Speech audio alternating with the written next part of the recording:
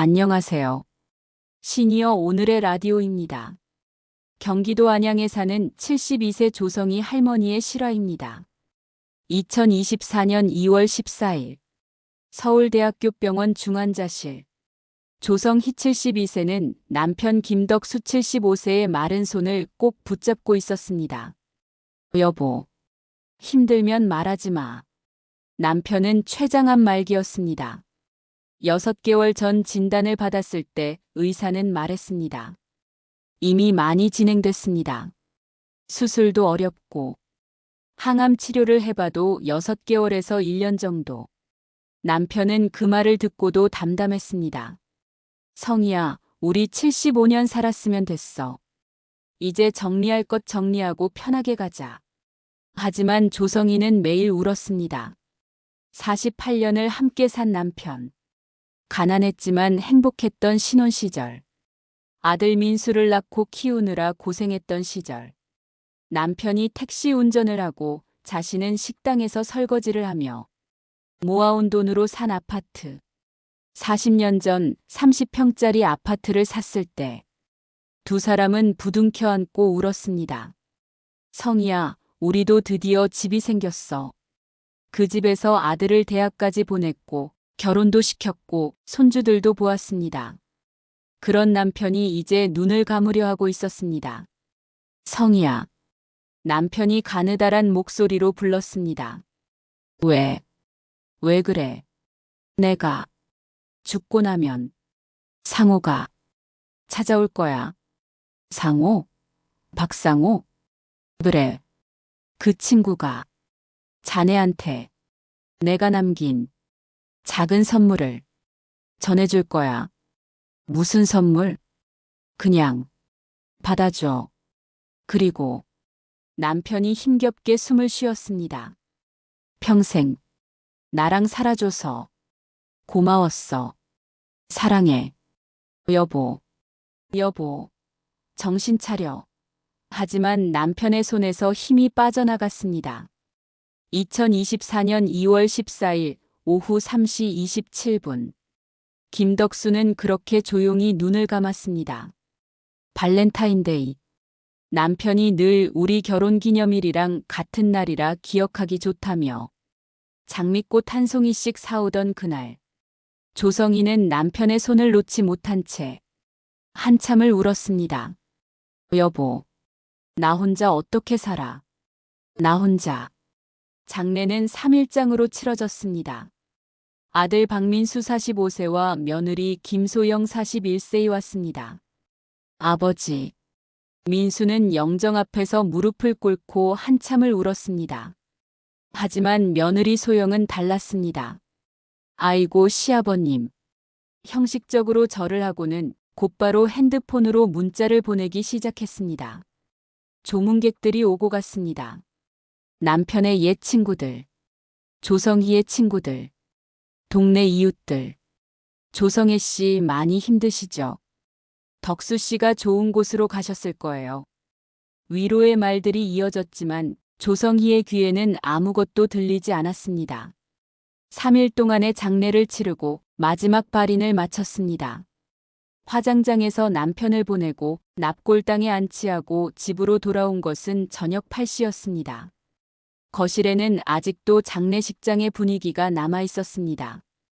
검은 리본, 부의금 봉투들, 문상록. 조성희는 소파에 털썩 주저앉았습니다. 어머니, 차 한 잔 드세요. 민수가 따뜻한 차를 건넸습니다. 고맙다. 조성희는 차를 마시며 멍하니 앉아 있었습니다. 그때였습니다. 며느리 소영이 입을 열었습니다. 어머니. 응? 어머니, 이제 아버님도 안 계시는데. 뭔가 이상한 말투였습니다. 이렇게 큰 집에 혼자 사실 필요 없잖아요. 뭐? 조성희는 며느리를 바라봤습니다. 어머니, 솔직히 말씀드릴게요. 이 집 파는 게 좋을 것 같아요. 집을 판다고? 네.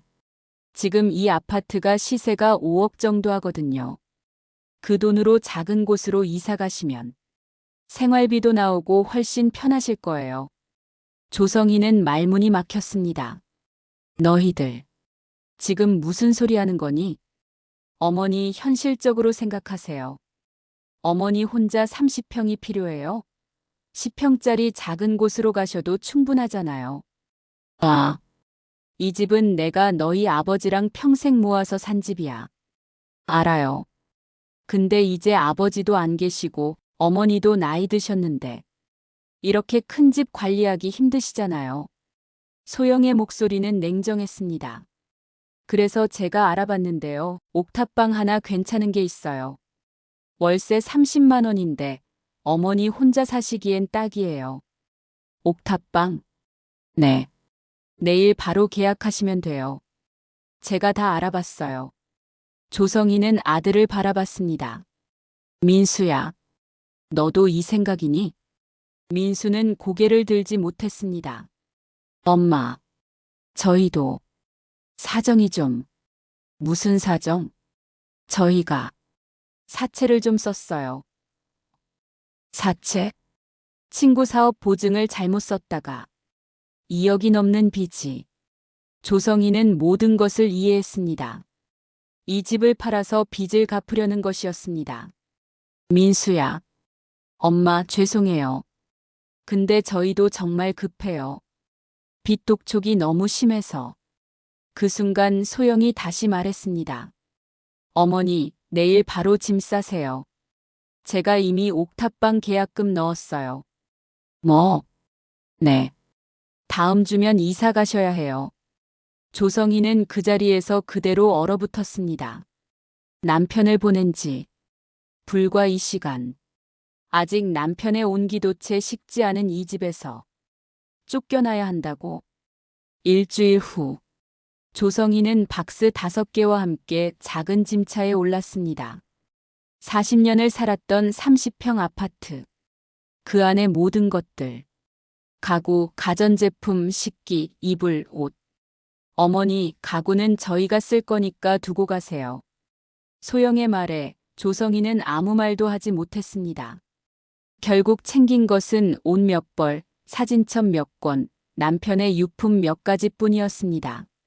엄마, 나중에 제가 더 챙겨드릴게요.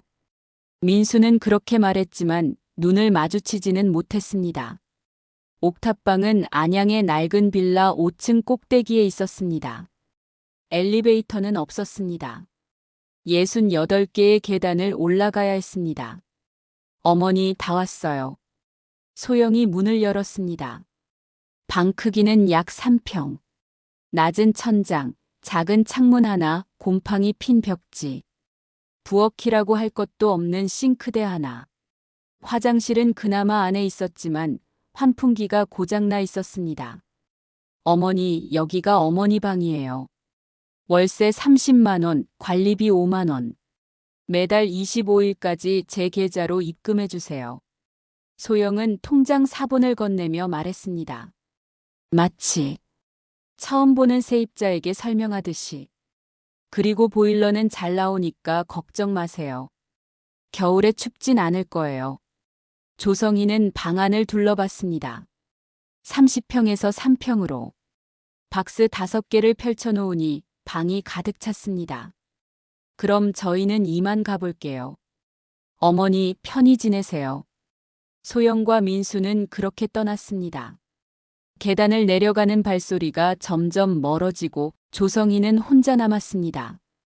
방 한가운데 앉아서 한참을 멍하니 있었습니다. 이게 꿈인가? 아직도 믿기지 않았습니다. 일주일 전까지만 해도 남편과 함께 살던 30평 아파트. 거실에서 함께 TV를 보고 베란다에서 화분을 가꾸고. 그런데 지금은 3평짜리 옥탑방. 창문 밖으로는 안양 시내가 희미하게 보였습니다. 조성이는 박스에서 남편의 사진을 꺼냈습니다. 젊은 시절 함께 찍은 결혼 사진. 여보, 미안해. 당신이 평생 모은 집을 나는 일주일도 안 돼서 뺏겼어. 눈물이 흘러내렸습니다. 그날 밤 조성이는 잠을 이룰 수 없었습니다. 천장이 너무 낮아서 답답했고 창문 틈으로 찬바람이 들어왔고 옆집 소리가 그대로 다 들렸습니다. 엄마, 밥 줘. 조용히 좀 해. 시끄러워. 얇은 벽 너머로 가족들의 다툼 소리가 들렸습니다. 조성이는 귀를 막았지만 소리는 계속 들려왔습니다. 새벽 3시가 되어서야 겨우 잠이 들었습니다. 다음 날 아침, 조성이는 몸이 무거워서 일어날 수 없었습니다. 사실, 조성희에게는 남편도 모르는 비밀이 하나 있었습니다. 6개월 전 정기검진에서 받은 진단. 급성 간부전증입니다. 간 수치가 정상의 10배가 넘습니다. 간 이식을 받지 못하시면 1년을 넘기기 어려우실 수 있습니다. 그때 남편은 이미 췌장암 진단을 받은 상태였습니다. 남편 걱정에 내 병까지 말하면 어떡해. 조성이는 끝내 남편에게 말하지 못했습니다. 그리고 지금 남편도 없고 집도 없고 병만 남았습니다. 침대에서 일어나 화장실에 갔을 때 거울에 비친 자신의 얼굴은 창백했습니다. 눈 밑에는 노란 기가 돌았고 피부는 누렇게 변해 있었습니다. 이러다 정말 죽겠구나. 조성이는 거울 속 자신을 보며 생각했습니다. 한 달이 지났습니다. 조성이는 매일 작은 방에서 나와 동네를 걷곤 했습니다. 병원에 갈 돈도 없었고 제대로 된 식사를 할 형편도 아니었습니다. 남편의 생명보험금 700만 원, 자신이 평생 모아둔 예금 200만 원, 전 재산 900만 원이 전부였습니다. 월세 30만 원, 관리비 5만 원, 식비 30만 원. 한 달에 70만 원 정도가 나갔습니다. 이러면 1년을 버티기도 힘들겠구나. 어느 날 오후, 조성이는 예전에 살던 아파트 단지 앞을 지나가게 되었습니다. 한 번만 그 집을 봐야겠어. 아파트 정문 앞에서 멀리 자신이 살던 동을 바라봤습니다. 5동 304호. 창문에는 새 커튼이 쳐져 있었습니다. 벌써 저 사람들이 들어갔구나. 그때였습니다. 아파트 지하 주차장에서 고급 외제차 한 대가 미끄러지듯 올라왔습니다. BMW 7 시리즈. 저건 최소 1억은 하는 차인데. 차가 멈추고 운전석 문이 열렸습니다. 그리고 내린 사람은 며느리 김소영이었습니다. 아이고, 오늘 쇼핑 진짜 재밌었어. 소영은 명품 쇼핑백을 여러 개 들고 있었습니다. 루이비통, 샤넬, 구찌. 손목에는 번쩍이는 시계가 있었고 목에는 금목걸이가 걸려 있었습니다. 아, 이 가방 진짜 예쁘다. 오빠가 사주겠다더니 진짜 사줬네. 소영은 휴대폰으로 누군가와 통화하며 웃고 있었습니다. 조성이는 멀리서 그 모습을 지켜봤습니다. 사채 빚이 2억이라고 했는데, 빚 때문에 죽겠다고, 집을 팔아야 한다고 했는데, 그런데 지금 저 며느리는 명품을 사고 외제차를 몰고 다니고, 조성희의 가슴이 무너져 내렸습니다. 거짓말이었구나. 다 거짓말. 빚이 있다는 것도 힘들다는 것도 모두 집을 빼앗기 위한 거짓말이었습니다. 조성희는 그 자리에서 주저앉을 뻔했습니다. 하지만 며느리에게 들킬까봐 서둘러 그 자리를 떠났습니다. 그날 밤 조성희는 아들 민수에게 전화를 걸었습니다. 여보세요? 민수야. 나 엄마야.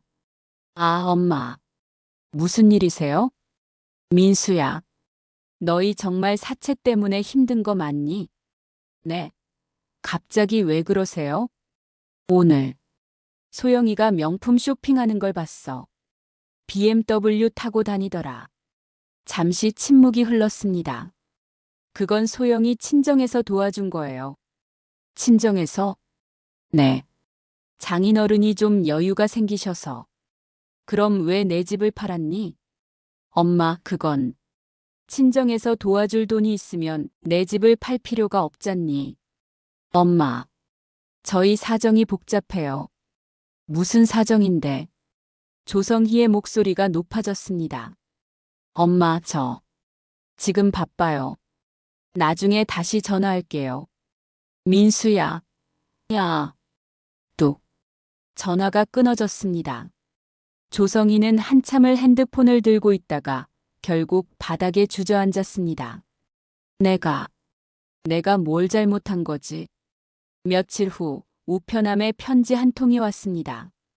발신인 박민수. 편지. 조성이는 떨리는 손으로 편지를 뜯었습니다. 하지만 안에 든 것은 편지가 아니었습니다. 청구서였습니다. 월세 납부 안내. 월세 30만 원. 관리비 5만 원. 합계 35만 원. 납부 기한 매월 25일까지. 입금 계좌 국민은행 123456789 김소영. 청구서를 우편으로 보내. 전화 한 통이면 될 것을. 조성이는 청구서를 구겨서 쓰레기통에 던졌습니다.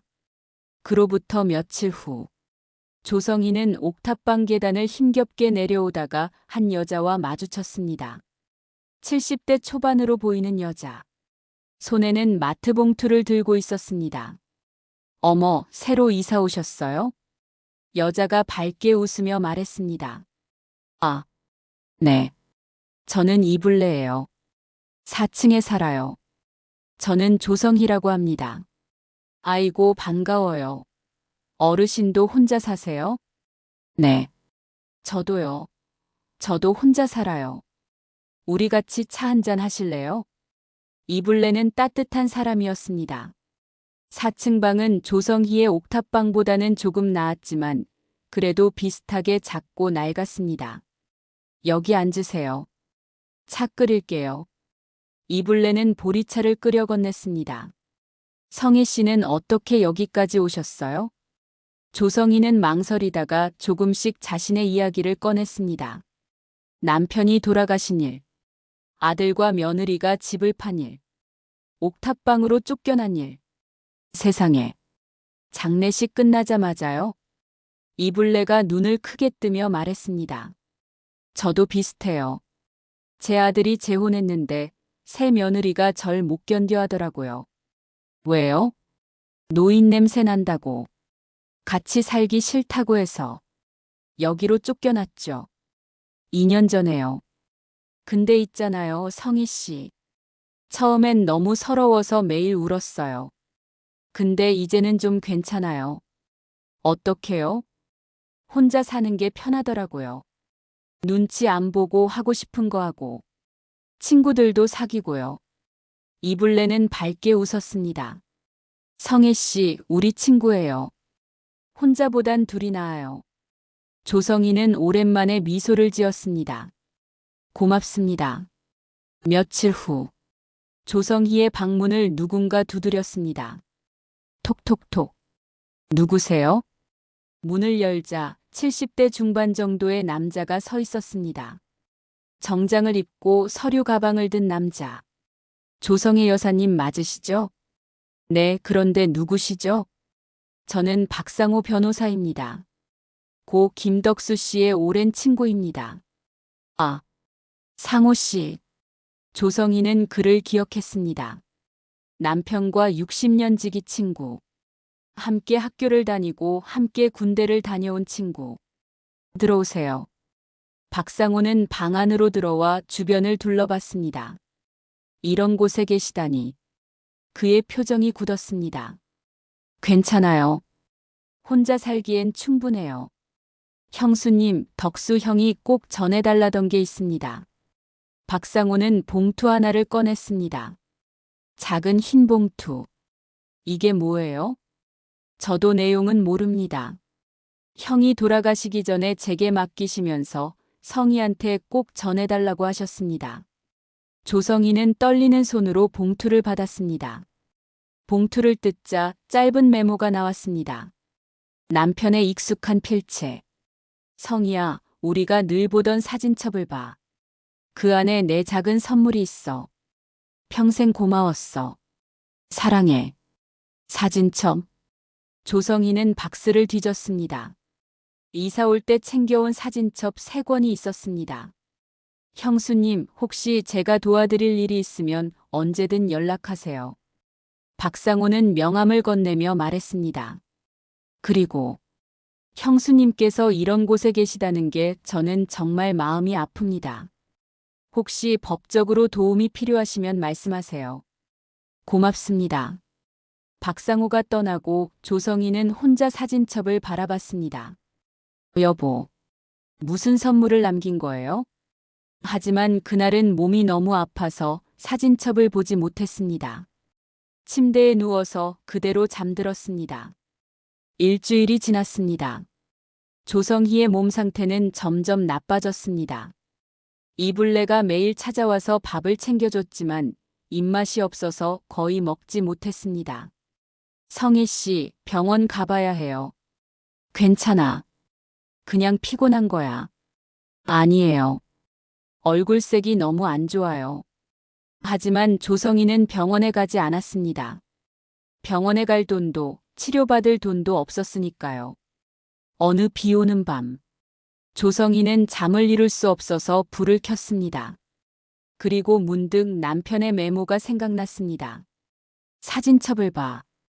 조성희는 박스에서 사진첩 3권을 꺼냈습니다. 첫 번째 사진첩.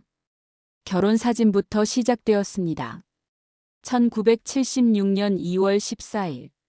24살의 조성희와 27살의 김덕수. 작은 예식장에서 찍은 흑백 사진. 우리 참 젊었네. 다음 페이지. 신혼여행 사진. 속초 바닷가. 다음 페이지. 아들 민수의 100일 사진. 페이지를 넘길 때마다 추억이 흘러나왔습니다. 민수의 돌잔치, 첫 생일, 유치원 입학식. 조성희는 울면서 사진을 봤습니다. 그때는 우리가 이렇게 행복했는데. 두 번째 사진첩. 민수의 초등학교, 중학교, 고등학교 사진들. 그리고 대학 입학식. 민수야 축하한다. 남편이 아들을 안고 있는 사진. 조성희도 옆에서 웃고 있습니다. 그리고 다음 페이지. 민수의 대학 졸업식. 그 다음. 민수의 결혼식. 며느리 소영과 함께 찍은 사진. 그때만 해도 좋은 며느리인 줄 알았는데. 세 번째 사진첩. 손주들의 사진. 그리고 가족 모두가 함께 찍은 사진들. 마지막 페이지를 넘기려는 순간 조성희의 손이 멈췄습니다. 사진들 사이에 뭔가 끼워져 있었습니다. 조심스럽게 꺼내보니 하얀 종이 한 장. 로또 용지였습니다. 로또? 조성희는 종이를 자세히 봤습니다. 118회차. 6개의 숫자가 선명하게 표시되어 있었습니다. 3, 19, 25, 37, 41, 45. 그리고 밑에 남편의 필체로 작은 글씨가 써져 있었습니다. 성희야, 이게 내가 말한 작은 선물이야. 당첨됐는지는 확인해봐. 만약 당첨됐다면 너를 위해 쓰렴. 사랑해. 당첨? 조성희는 떨리는 손으로 휴대폰을 꺼냈습니다. 인터넷에 로또 118회를 검색했습니다. 화면에 결과가 떴습니다. 로또 118회 당첨번호 3, 19, 25, 37, 41, 45 보너스 번호 12. 당첨금 1등 1명, 120억 원. 조성희는 숨이 멎는 것 같았습니다. 이게? 다시 로또 용지를 봤습니다. 3, 19, 25, 37, 41, 45. 숫자가 똑같았습니다. 완벽하게 일치했습니다. 1등. 120억. 조성희는 그 자리에서 그대로 주저앉았습니다. 손이 떨렸습니다. 심장이 미친 듯이 뛰었습니다. 여보, 이게 정말 남편이 매주 사오던 로또. 성희야, 이번 주도 꽝이네. 하. 늘 웃으며 그렇게 말하던 남편. 하지만 그중 하나가 1등이었습니다. 120억. 조성희는 한참을 멍하니 앉아 있었습니다. 그리고 다시 남편의 메모를 봤습니다. 만약 당첨됐다면 너를 위해 쓰렴. 남편의 마지막 선물. 작은 선물이라고 했던 그것이 120억이었습니다. 조성희는 로또 용지를 꼭 쥐고 울었습니다. 여보, 고마워, 고마워. 조성희는 며칠 동안 이 사실을 누구에게도 말하지 못했습니다. 로또 용지는 속옷 서랍 맨 밑에 깊숙이 숨겼습니다. 이걸 말해야 하나? 말하는 순간 저 사람들이 어떻게 나올지 뻔한데 조성희는 고민에 빠졌습니다. 그런데 며칠 후부터 이상한 일이 벌어지기 시작했습니다. 며느리 소영의 태도가 180도 달라진 것입니다. 어머니 안녕하세요. 옥탑방 문을 활짝 열고 들어온 소영. 손에는 과일 바구니를 들고 있었습니다. 이거 비싼 사과예요. 어머니 드시라고 샀어요. 왜 이래? 어머니 요즘 잘 지내세요? 혹시 불편한 거 없으세요? 소영은 방 안을 두리번거리며 물었습니다. 없어. 어머니 월세는 제때 내셨죠? 응. 다행이다. 그런데 어머니 혹시 병원은 다니세요? 왜? 얼굴색이 안 좋으신 것 같아서요. 병원 가셔야 하는 거 아니에요? 돈이 어디 있어서. 어머니, 돈 걱정하지 마세요. 저희가 도와드릴게요. 조성희는 며느리를 의심스럽게 바라봤습니다. 왜 갑자기 이러지? 그 다음 날도 그 다음 날도 소영은 계속 찾아왔습니다. 반찬, 과일, 옷, 이불. 매번 뭔가를 들고 왔습니다. 어머니, 이거 입으세요. 어머니, 이거 드세요. 어머니, 청소 제가 해드릴게요. 그런데 소영의 눈빛은 뭔가 다른 것을 찾고 있었습니다. 서랍을 슬쩍 열어보고, 옷장을 슬쩍 들여다보고, 박스를 슬쩍 뒤적이고. 뭔가 눈치챈 건가? 조성희는 불안했습니다. 어느 날 오후, 조성희는 병원에 갔습니다. 몸 상태가 너무 안 좋아서 이블레가 억지로 데리고 간 것입니다. 성희 씨, 꼭 가봐야 해요. 나중에 큰일 나요. 병원에서 간단한 검사를 받고 약을 처방받았습니다. 어르신, 간 수치가 많이 높으세요. 큰 병원에서 정밀 검사 받으셔야 할 것 같은데요. 네, 알겠습니다. 하지만 조성희는 큰 병원에 갈 생각이 없었습니다. 어차피 돈도 없는데. 그날 조성희가 병원에 간 사이 며느리 소영은 몰래 옥탑방에 왔습니다. 문은 잠겨 있었지만 소영은 이미 준비해온 만능 열쇠로 문을 땄습니다. 어머니가 뭘 숨기고 계신 거야? 소영은 방 안을 샅샅이 뒤지기 시작했습니다. 서랍, 옷장, 이불 속 박스. 모든 곳을 뒤졌습니다. 그리고 마침내 속옷 서랍 맨 밑 작은 봉투 하나를 발견했습니다. 이게 뭐지? 봉투를 열자 로또 용지가 나왔습니다. 로또? 소영은 로또 용지를 자세히 봤습니다. 118회차. 3, 19, 25, 37, 41, 45. 이게 뭔데? 소영은 휴대폰으로 로또 118회를 검색했습니다. 그리고 화면에 뜬 결과를 보는 순간 얼어붙었습니다.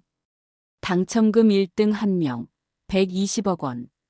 120억? 소영의 손이 떨렸습니다. 다시 로또 용지를 확인했습니다. 숫자가 완벽하게 일치했습니다.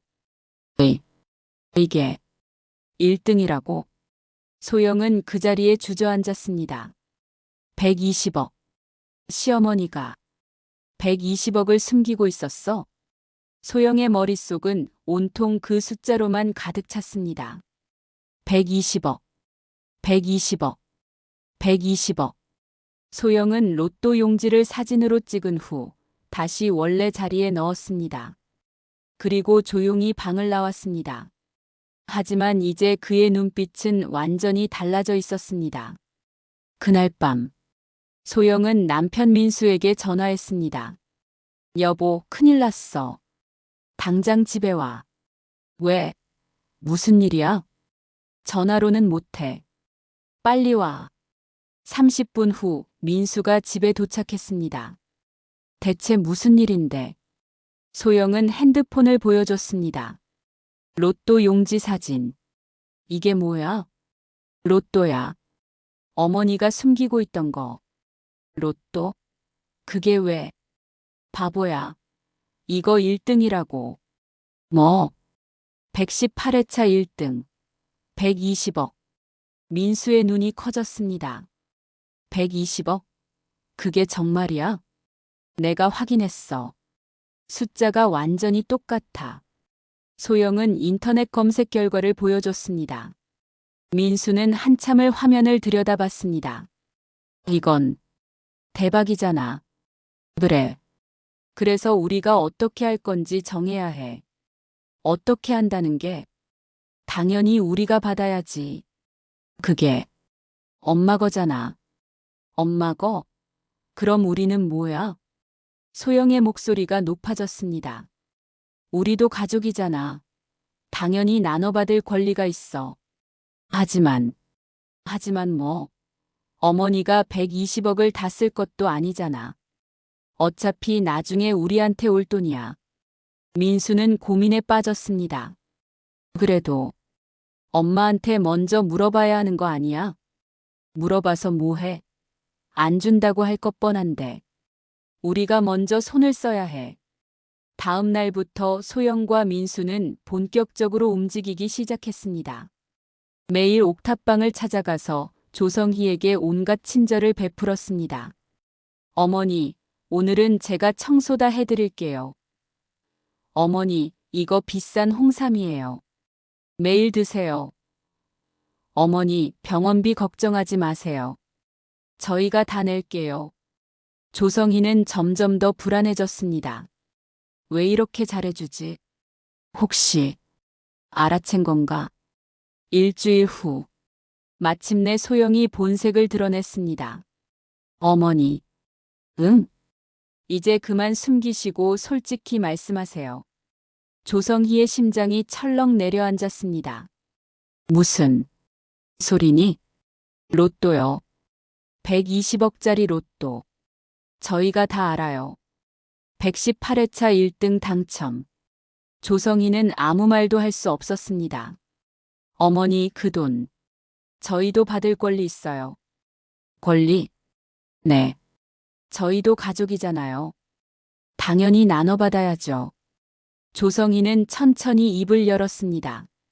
이건 너희 아버지가 나한테 남긴 선물이야. 선물이든 뭐든 결국 가족 재산이잖아요. 가족? 조성희의 목소리가 차갑게 식었습니다. 너희들이 날 어떻게 대했는지 기억 안 나? 어머니.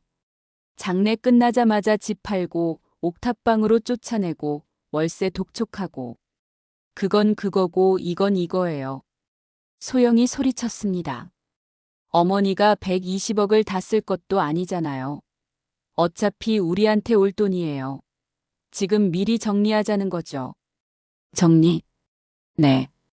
반반 나누면 되잖아요. 60억씩. 조성희는 고개를 저었습니다. 안 돼. 왜요? 이건 너희 아버지가 나한테 남긴 거야. 너희들 거 아니야. 어머니. 소영이 다가왔습니다. 지금 우리가 얼마나 힘든지 아세요? 사채 이자만 한 달에 500만 원이에요. 좀 도와주셔야죠. 사채?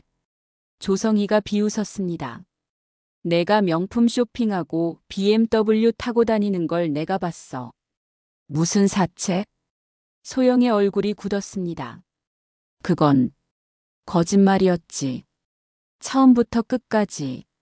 그때 민수가 끼어들었습니다. 엄마, 우리도 정말 힘들어요. 좀 도와주세요. 가족이잖아요. 가족? 조성희가 아들을 똑바로 봤습니다. 가족이 이렇게 하니? 가족이 부모를 옥탑방으로 쫓아내니? 엄마, 나가. 둘 다 나가. 하지만 소영은 움직이지 않았습니다. 오히려 서랍으로 다가갔습니다. 어머니가 안 주시면 저희가 직접 찾을게요. 뭐? 소영이 서랍을 열기 시작했습니다. 야, 뭐 하는 거야? 조성이가 소영을 막으려 했지만 소영이 조성이를 밀쳤습니다. 비키세요. 조성이는 뒤로 넘어져 바닥에 머리를 부딪혔습니다. 어머니. 민수가 달려갔지만 소영은 이미 속옷 서랍을 열어 로또 용지를 꺼내 들고 있었습니다. 찾았어. 그 순간 문이 벌컥 열렸습니다. 형수님, 괜찮으세요? 박상호 변호사였습니다. 누구세요? 소영이 로또 용지를 꼭 쥐고 박상호를 노려봤습니다. 박상호 변호사입니다. 조성의 어르신의 법률 대리인입니다. 박상호는 조성이를 부축해 일으켰습니다. 형수님 괜찮으세요? 고마워요. 상호 씨. 박상호는 소영을 향해 날카로운 눈빛을 보냈습니다. 지금 그 손에 들고 계신 건 어르신의 재산입니다. 이건 가족 재산이에요. 가족 재산? 박상호가 비웃었습니다. 상속은 사람이 죽은 뒤에 하는 겁니다. 어르신은 아직 살아계십니다. 하지만 지금 이건 상속이 아니라 노인학대, 재산 강탈입니다. 이미 무단 침입, 폭행 증거도 확보했습니다. 박상호가 핸드폰을 들었습니다. 경찰 부를까요? 소영은 떨리는 손으로 로또 용지를 내려놓았습니다.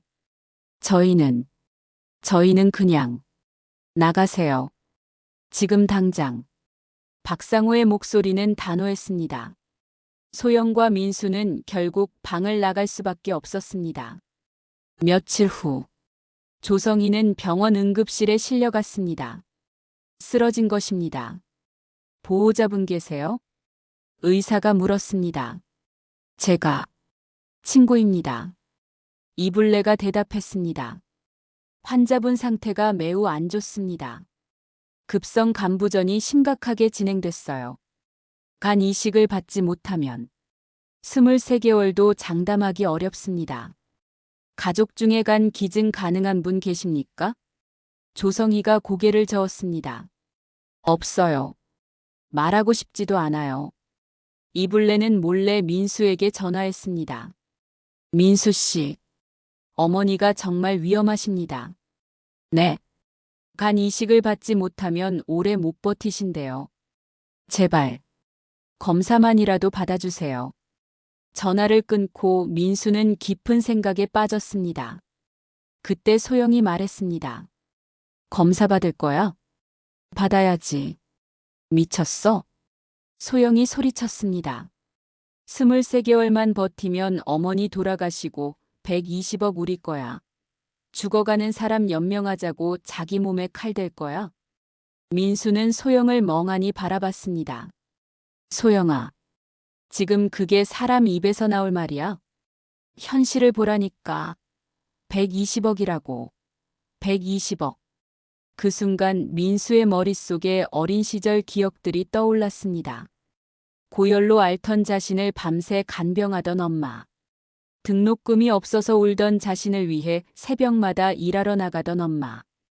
엄마, 나 대학 안 갈래. 안 돼. 너는 꼭 대학 가야 해. 식당에서 설거지하고 김치 공장에서 일하고 청소하고 바느질하고.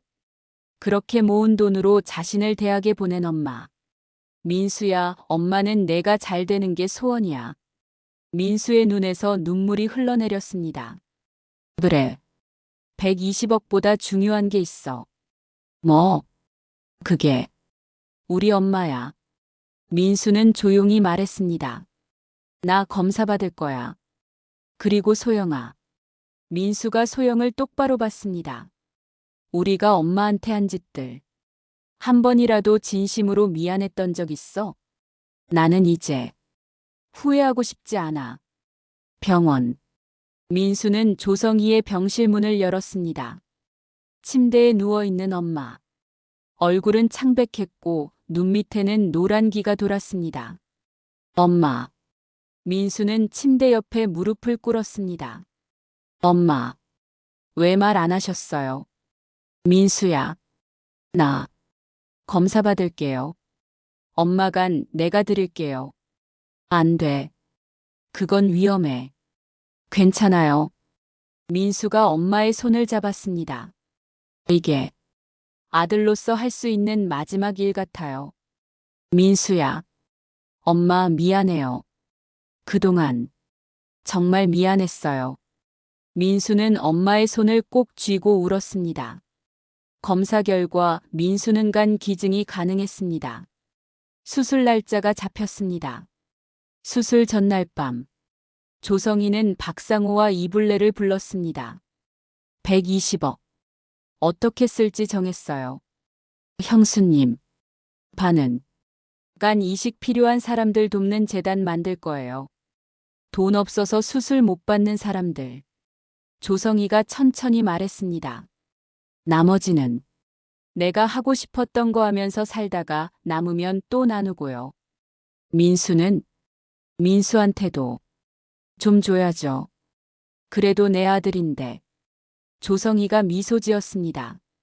수술은 기적처럼 성공했습니다. 조성희도 민수도 다시 눈을 떴습니다. 회복실에서 깨어난 민수는 옆 침대에 엄마를 봤습니다. 엄마, 민수야, 고마워. 두 사람은 손을 맞잡았습니다. 그 순간 병실 문이 열렸습니다. 소영이었습니다. 민수야, 왜 왔어? 나 면회 왔어. 하지만 민수는 고개를 저었습니다. 돌아가. 민수야, 우리 끝났어. 뭐? 이혼해. 위자료는 내가 원하는 대로 줄게. 소영의 얼굴이 하얗게 변했습니다. 민수야, 내가 잘못했어. 늦었어. 민수는 차갑게 말했습니다. 나는 이제 엄마랑 살 거야. 3개월 후, 조성희와 민수는 새 아파트로 이사했습니다. 로또 당첨금 120억 중 60억 김덕수 조성의 의료재단 설립, 30억 조성의 생활비 및 여행, 20억 민수에게, 10억 각종 기부. 민수는 소영과 이혼했습니다. 소영은 위자료도 거절당했고 빚더미에 앉게 되었습니다. 친정도 더 이상 도와줄 수 없게 되자 결국 파산 직전까지 몰렸습니다. 어느 봄날 저녁, 조성희는 베란다에 앉아 노을을 보고 있었습니다. 옆에는 민수가 앉아 있었습니다. 엄마 뭐 생각하세요? 아빠 생각. 아버지, 당신이 말한 작은 선물이 알고 보니 참 큰 선물이었어. 120억 때문이 아니라 우리가 다시 가족이 될 수 있게 만든 선물이라서. 민수는 엄마의 어깨에 머리를 기댔습니다. 엄마, 사랑해요. 나도 사랑한다, 아들아. 두 사람은 조용히 노을을 바라봤습니다. 오늘 사연 어떠셨나요? 72세 조성희 할머니의 이야기였습니다. 남편이 세상을 떠나고 장례 직후 옥탑방으로 쫓겨났습니다. 하지만 남편이 남긴 작은 선물, 로또 1등 120억 원이 있었습니다. 이 돈을 알게 된 며느리는 탐욕에 눈이 멀어 할머니를 위협했습니다. 하지만 아들은 깨달았습니다. 120억보다 중요한 것이 무엇인지. 그리고 결국 엄마를 살리기 위해 자신의 간을 기증했습니다. 남편이 남긴 선물은 단순히 돈이 아니었습니다. 진짜 가족이 누구인지, 무엇이 진정으로 소중한지 깨닫게 하는 그런 선물이었습니다. 여러분도 기억하세요. 돈으로는 가족을 살 수 없습니다. 하지만 진심은 가족을 되찾을 수 있습니다. 오늘 사연이 마음에 와닿으셨다면 구독과 좋아요, 알림 설정 부탁드립니다. 그리고 댓글로 여러분의 생각도 들려주세요. 신이어 오늘의 라디오였습니다. 감사합니다.